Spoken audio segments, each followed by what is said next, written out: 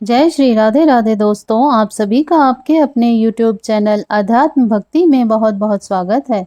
आइए आज आप सब सुनेंगे अहोई अष्टमी व्रत की कथा और फिर सुनेंगे विनायक जी की कहानी।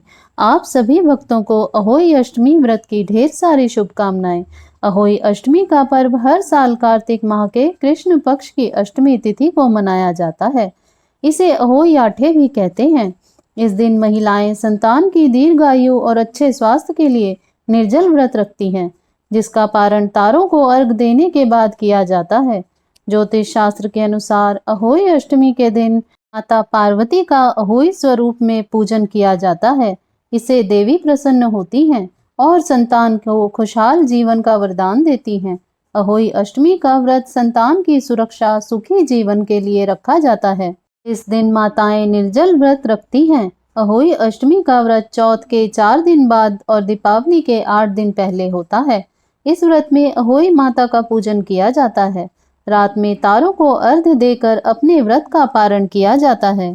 तो आइए अब सुनते हैं अहोई अष्टमी व्रत की कथा। किसी भी व्रत एवं त्योहार में जब हम कथा को पढ़ते हैं या सुनते हैं तो हमें केवल एक कथा का श्रवण या पढ़ना नहीं चाहिए। हमें जोड़े से कथा को सुनना या पढ़ना चाहिए, जिससे कि हमारी कथा का हमें संपूर्ण शुभ फल प्राप्त हो पाता है। तो अहोई अष्टमी व्रत की कथा के अनुसार एक साहूकार था, जिसके 7 बेटे बहुएं और एक बेटी थी। कार्तिक के महीने में दीपावली से पहले अष्टमी को अपने मकान की लिपाई पुताई करने के लिए सातों बहुएं अपनी इकलौती नंद के साथ जंगल में जाकर खादान में मिट्टी खोद रही थी। वहां पर स्याहू की मांद थी। मिट्टी खोदते समय नंद के हाथ से कुदाली स्याहू के बच्चे को लग गई और वह तुरंत मर गया। इससे स्याहू माता बहुत नाराज हो गई और बोली कि मैं तेरी कोख बांधूंगी। ननद अपनी सातों भाभियों से बोली कि तुम में से कोई अपनी कोख बंधवा लो। तब 6 भाभियों ने अपनी कोख बंधवाने से इनकार कर दिया, परंतु छोटी भाभी सोचने लगी कि यदि मैंने अपनी कोख नहीं बंधवाई तो सासू जी नाराज हो जाएंगी। यह सोचकर ननद के बदले छोटी भाभी ने अपनी कोख बंधवा ली। इसके बाद छोटी बहू के जो बच्चा होता वह 7 दिन के अंदर ही मर जाता। एक दिन उसने पंडित जी को बुलाकर पूछा कि मेरी संतान 7वें दिन मर जाती है, इसके लिए मैं क्या करूं? तब पंडित जी ने कहा कि तुम सुरही गाय की सेवा किया करो। सुरही गाय स्याहू माता की भाईली है, वह तेरी कोख खुलवा देगी, तब ही तेरा बच्चा जिएगा। अब वह बहुत जल्दी उठकर चुपचाप सुरही गाय के नीचे साफ सफाई कर आती। गाय एक पैर से लंगड़ी थी। गौ माता बोली कि हर रोज उठकर कौन मेरी सेवा कर रहा है, मैं आज देखूंगी। गौ माता खूब सवेरे उठी तो क्या देखती है कि साहूकार के बेटे की बहू उसके नीचे सफाई कर रही थी। बहू को साफ सफाई करता देख गौ माता बहू से बोली कि क्या मांगती है? साहूकार की बहू बोली कि स्याहू माता तुम्हारी भाईली है और उसने मेरी कोख बांध रखी है, मेरी कोख खुलवा दो। गौ माता ने कहा अच्छा। गौ माता साहूकार की बहू को अपनी भाईली के पास लेकर चली। रास्ते में कड़ी धूप थी। वे दोनों एक पेड़ के नीचे बैठ गई। थोड़ी देर में एक सांप आया। उसी पेड़ पर गरुड़ पंखनी के बच्चे को डसने लगा। साहूकार की बहू ने सांप को ढाल के नीचे दबा दिया और बच्चों को बचा लिया। थोड़ी देर में गरुड़ पंखनी आई तो वहां खून देखकर साहूकार की बहू को चोंच मारने लगी। साहूकार की बहू ने कहा कि मैंने तेरे बच्चों को नहीं मारा है, बल्कि सांप तेरे बच्चों को मारने आया था। मैंने तो उससे तेरे बच्चों की रक्षा की है। यह कहकर गरुड़ पंखनी बोली कि मांग तू क्या मांगती है? वह बोली 7 समुंदर पार स्याहू माता रहती हैं, हमें तुम उसके पास पहुंचा दो। गरुड़ पंखनी ने दोनों को अपनी पीठ पर बैठाकर स्याहू माता के पास पहुंचा दिया। स्याहू माता उनको देखकर बोली कि आ बहन बहुत दिनों में आई है। बातें करते समय स्याहू माता ने बीच में कहा कि बहन मेरे सिर में जुएं पड़ गई हैं। सुरही के कहने पर साहूकार की बहू ने उसके सिर की सारी जुएं निकाल दी। इस पर स्याहू माता ने प्रसन्न होकर कहा कि तूने मेरे सिर में बहुत सलाई फेरी है, इसलिए तेरे 7 बेटे और 7 बहू होंगी। वह बोली मेरे तो एक भी बेटा नहीं, 7 बेटे कहाँ से होंगे?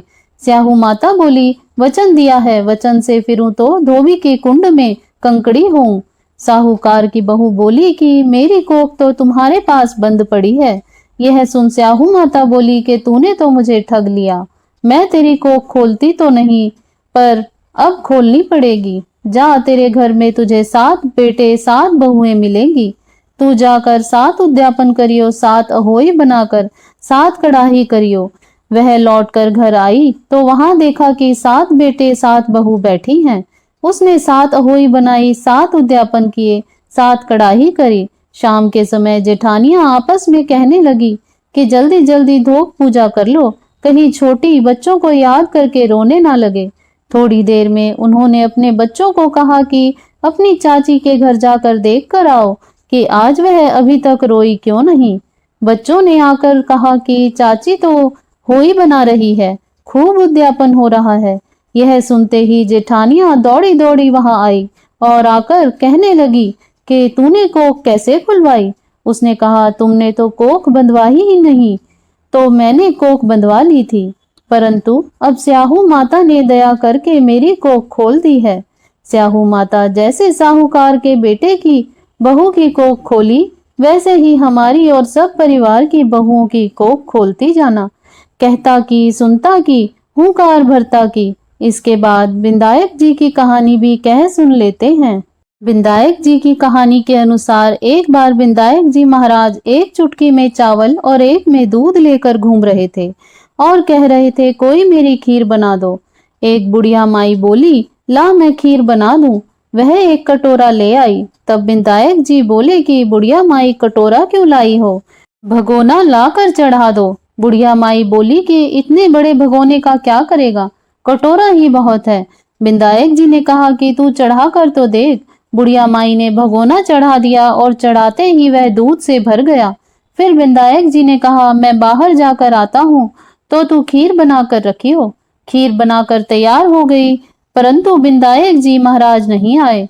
तो बुढ़िया माई का मन ललचा गया और वह दरवाजा बंद करके खीर खाने लगी और बोली कि विधायक जी महाराज भोग लगाओ, और खीर खाने लगी।